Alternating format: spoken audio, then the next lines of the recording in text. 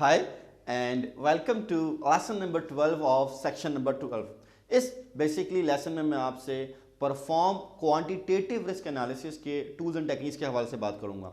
PMI ने हमें अपनी पीएमबॉक 2012 में बेसिकली तीन जो है वो टूल्स एंड टेक्निक्स प्रोवाइड की हैं, जैसे कि नंबर 1 है data gathering and representation technique, number 2 जो है बेसिकली हमारे पास डाटा मॉडलिंग है, और नंबर 3 जो है वो हमारे पास वो है आपका एक्सपर्ट जजमेंट। हम इस स्पेसिफिक लेसन में बेसिकली आपसे दो टूल्स के हवाले से बात करेंगे। सबसे पहले मैं आपसे बात करता हूँ एक्सपर्ट जजमेंट के हवाले से।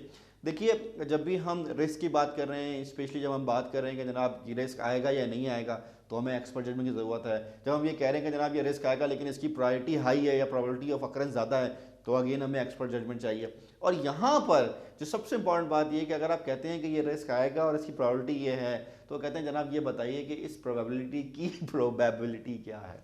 तो ये इस पे मैंने आपसे बताया भी था कि इससे बहुत बहस भी हुई है कि जो लोग ये प्रोबेबिलिटी बता रहे हैं या जो आपको एक्सपर्ट्स जो आप यूज़ कर रहे हैं, क्या वो कैलिब्रेट हैं या नहीं है। तो वो जो है एक इंपॉर्टेंट एस्पेक्ट है और आप अपने आप को भी कैलिब्रेट कर सकते हैं in terms of risk management.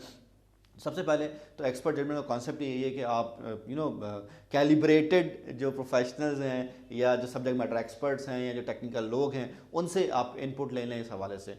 दूसरा जो यहाँ पे टूल है वो है data gathering and representation technique. अगर हम इस टूल को डिवाइड करें तो हम कहते हैं जी डाटा गैदरिंग एक है और फिर रिप्रेजेंटेशन है।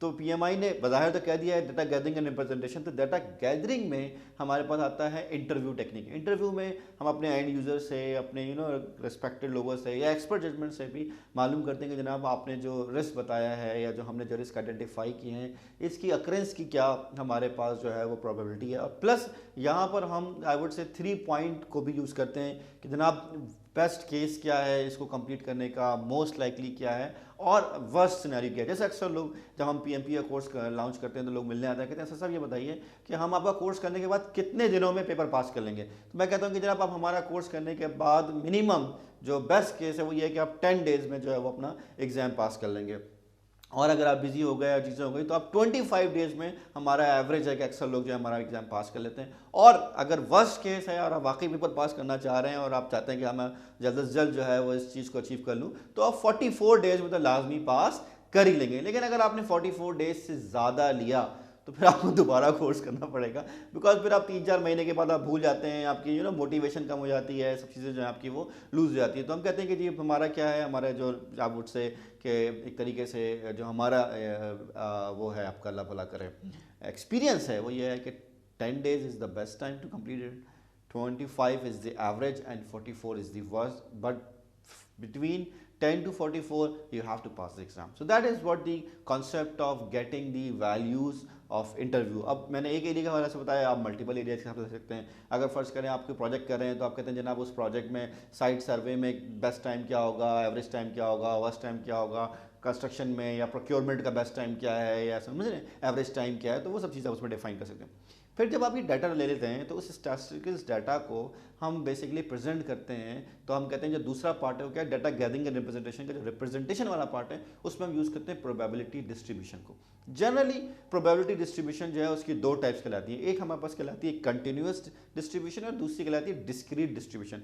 डिस्क्रीट जो डिस्ट्रीब्यूशन है वो ज़्यादातर हम उस वक्त यूज़ करते हैं जब हम किसी इवेंट की अनसर्टेनिटी को ट्रैक कर रहे हो, जैसे कोई लैब टेस्ट हो रहे हैं, कोई रिजल्ट्स हैं, कोई डिसीजन ट्री आप यूज़ कर रहे हैं, तो आपको पता नहीं कि रिजल्ट क्या आएगा, तो वहाँ पर आप जो है वो डिस्क्रीट जो प्रोबेबिलिटी डिस्ट्रीब्यूशन है वो यूज़ करते हैं।